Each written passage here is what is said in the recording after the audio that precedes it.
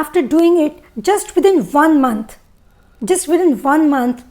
lives of people have changed. It has taken a U-turn, and they have continued doing it, and they have seen different kind of changes in their lives, especially when you do it for 6 months and 1 year and go on doing.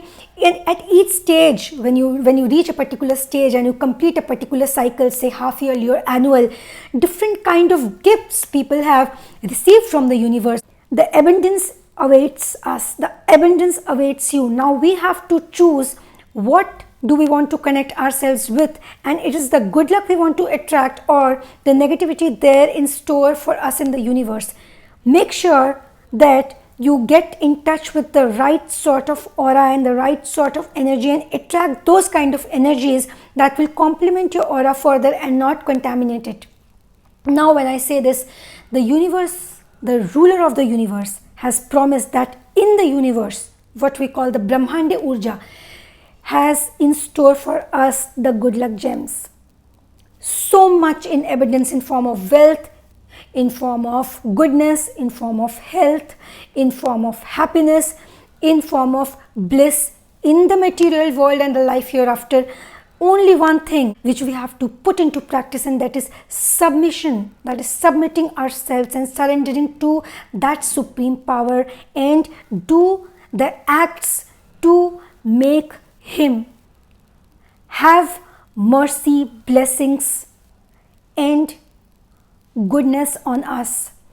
How do we do that? Please practice this one act for just 1 month and reap the benefits for yourselves. How things go wrong.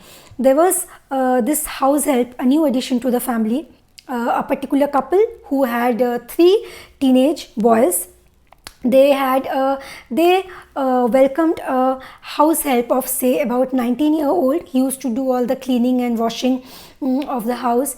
Then what happened is, these 3 boys, like the person, the house help was actually, had a good personality. He was good to look at, and these 3 boys were not, I mean, everybody is good to look at, but then they felt that they are not very good looking. Okay.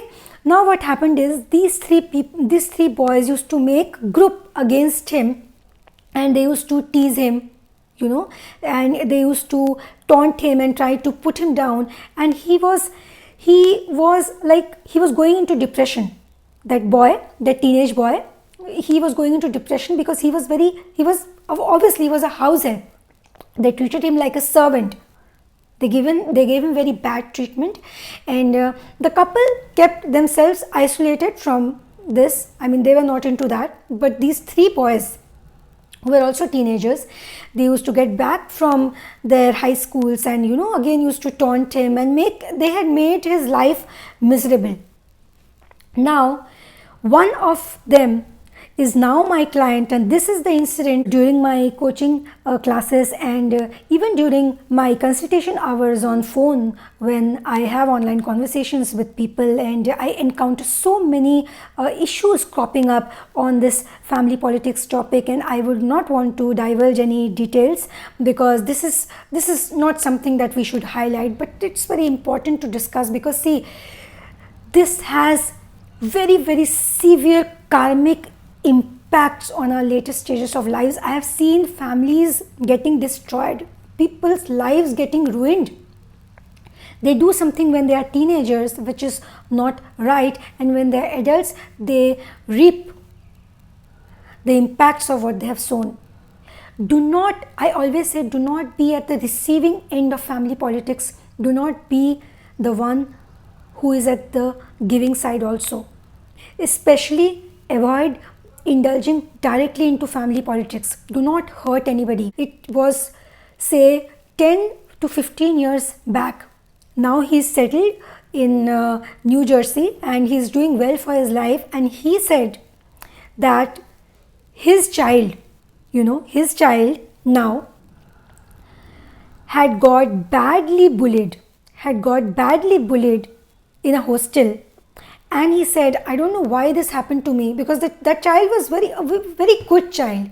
He had given his child very good training and culture and a good upbringing. The child got badly bullied, and he said that this is something what happened, and I was completely shattered, because this happened with my child. Now this is that karmic effect. Now who can say with guarantee that this is that karmic effect? When he was narrating that particular kind of incident, I asked him that why are you relating that incident with this? How can you say this is that karmic effect? Your child has nothing to do with that. It's your deeds. Why is your child will face something like that? It should have come to you. How can you say that this is connected? He said, I got a dream. I said, what dream did you get? He said that that 19-year-old house help. And what I said, did you have any interaction? He said, no. He just came in my dream and he was crying. He was all in tears. And I woke up. And then he called back in his house to find the whereabouts of the house help, like in his village, and he got to know that he had committed suicide years back. He had committed suicide after going back to his village. He couldn't work anywhere else. He was so depressed, he committed suicide. And he said that my intention, I was shocked, and my intention was not that. And that phase came in my dream when something really bad happened with his child. The bully was very bad. So now he connected it to that incident. Now it may be connected to that incident, it may not be, but what happens is, if not this, then something else. The karmic impact is something that keeps getting back to you. Do not get into family politics. This is something which this is a small example of an addition to the family. Had those 3 boys made room for him and welcomed him, that okay, he's also a boy of our age, we are blessed to have a family, he's not blessed to have a family that can afford his education, so he's coming and working here. Why not make room for him? Why not please the Almighty and receive the goodness and abundance stored in us for the universe and avoid the bad luck? This is something where people go wrong. They think, why should I do for him or for others or for somebody else? You have to do it for yourselves. If the person we are willingly accommodating doesn't need our help, then why do we do that? Suppose any newcomer has come to your workspace, in your office, and you don't want to make room for that person. If you don't want to accommodate him willingly, then what? Is he going to go away, or is he going to give up? Then why at all do we need to have and inculcate that willingness within us? We can pretend to make room for him, or maybe say be superficial in our approach. Why we have to do it wholeheartedly? Because the Creator who has created you has created him as well. He will send him help from some other direction. So he doesn't need our help. He doesn't need that we give him that space and accommodate him and make him feel good.